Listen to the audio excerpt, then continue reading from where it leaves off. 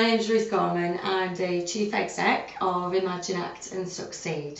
And as a provider organisation, we've been considering how we can use the markers from making it real to kind of understand our success and think about what we need to do and what we need to do in the future.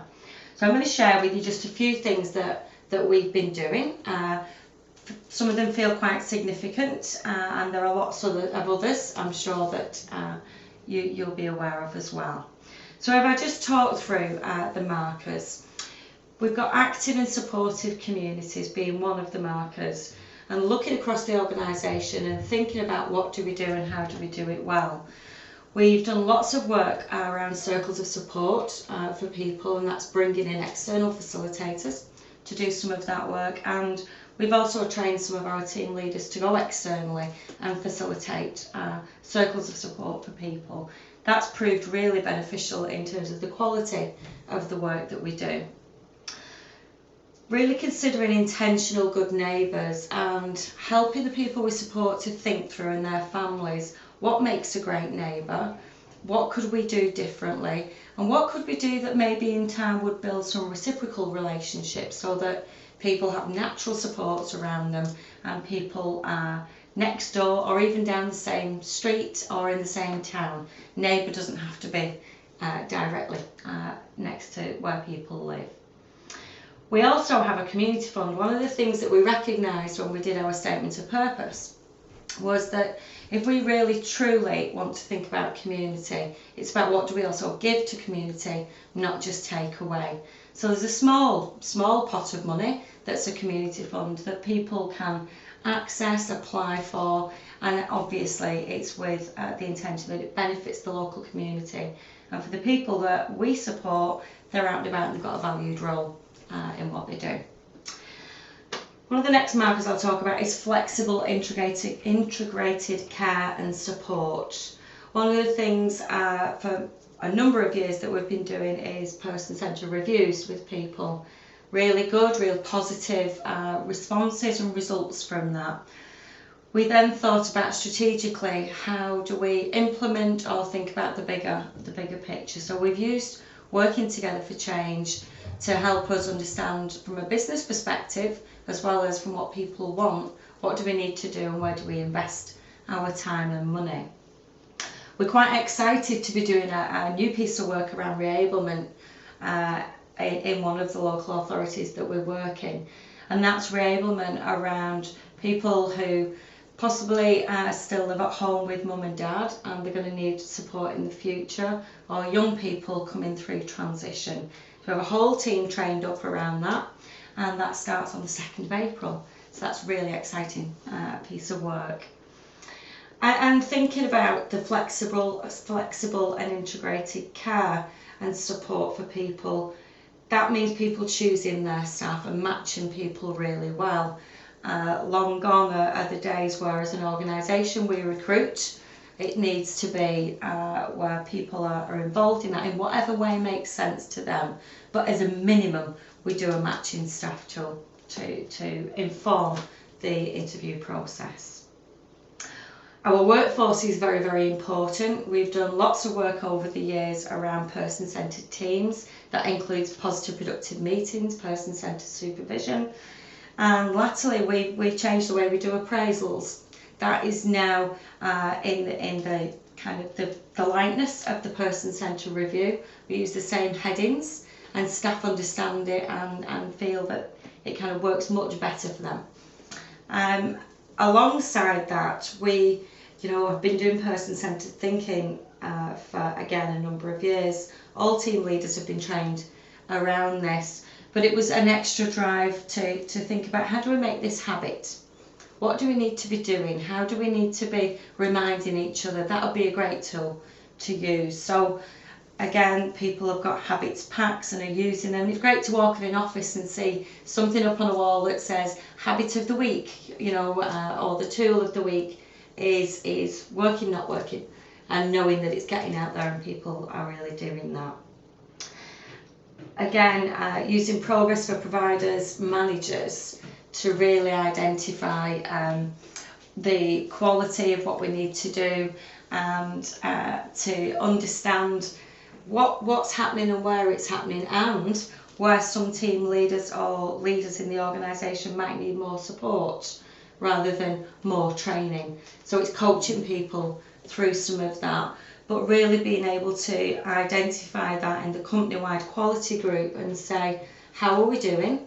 What do we need to do differently, and how do we support each other around that? So it's not a punitive kind of approach, it's a way that we use that alongside appraisal for people.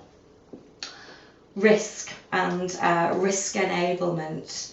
We've used the person-centred approach to risk. We have key people in the organisation who are really comfortable with that process, and are the coaches and the leads around that. And that links in with a real current thing for us around just enough support. Really pleased to have been part of developing and kind of working through that in the organisation, especially in the current climate. How do you do this with integrity? How do you make sure that this really, really works for people? And it has a real link in with community, thinking about that and assistive technology, and links back to the workforce being flexible and efficient at this time.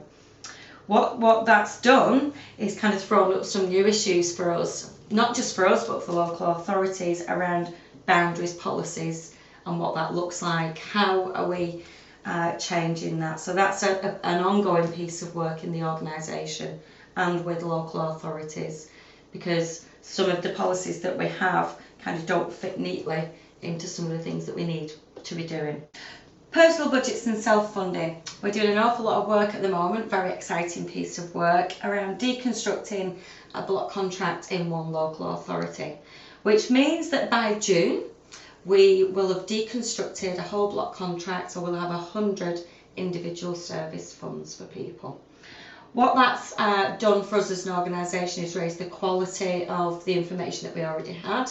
We've really needed to look at, does that stand up to scrutiny, and I suppose a raised expectation for the people we support, because we're being very, very clear about how people's money is going to be used, how if it's not used or people don't get the hours, we'll do different things with that. So yeah, that's kind of really raised the bar, which fits in with the personalised rotas. And the personalised rotas truly with outcomes on them, so that we can demonstrate to people, these are the outcomes that you said you wanted to happen. This is how we're supporting you and using your money in order to meet those outcomes. And person-centred reviews kind of across the board to ensure that actually what we're doing is still fitting in really well. We use the person-centred review to make sure that we're using the individual service fund well, and also that staff are doing what people want them to do. So that kind of works great. Information and advice. We have a number of forums in Imagine, Act and Succeed, and I think they work very well. It's a great way, great opportunity in terms of communication for that to flow through the organisation, in particular in times where there's lots of change and lots of things are happening. So the three forums that we have are people's forums, where the people we support come together, sometimes with an outside facilitator, sometimes with people they know. It depends on the forums, and they have real discussion topics and have actually changed some of our policy and procedure. So things that were raised at individual forums have then worked their way through the organisation, changed policy and procedure, and that's really demonstrated very well. We have relatives forums where families or friends of people can come. It really truly is a decision-making forum. It's not one where people bring the problem of the week. People have individual sessions to do that and opportunities to do that on regular basis with the manager or the senior manager of each network. But true decision making, and that's great. We have a number of reps from that forum who are the quality leads for the organisation. So they go out with a whole team of them. They spend time, they measure and assess quality, and they report it back not only to the team and the manager of that place, but strategically to the senior management team, so that we can make the changes we need to make. And not forgetting staff. Staff not only have their team meetings where they work, but an opportunity to come together for a service development forum. And again, I suppose it is what it says, service development. It's where teams and people consider different things that are going on, come together, share that, and make true, real decisions. So that's kind of how we do some of the information and advice. What we recognise, and again through the Just Enough support and the risk work, was housing is really, really important right now in the current climate, thinking about how people want to live. So we've put some resources against somebody who is our housing advisor and links with all the local authorities around that. One of the things that we're really truly focusing on is having accessible information, and what we found is that video is a great way to do that. So we're capturing as many stories as possible that are going to go on the website and share the great stories that are happening, but also share the good learning around that. If it's not always worked, what could be different next time? So there's some of the things that we're doing. Not all of them, but some that would kind of fit onto the board today around how we're looking at the markers for making it real.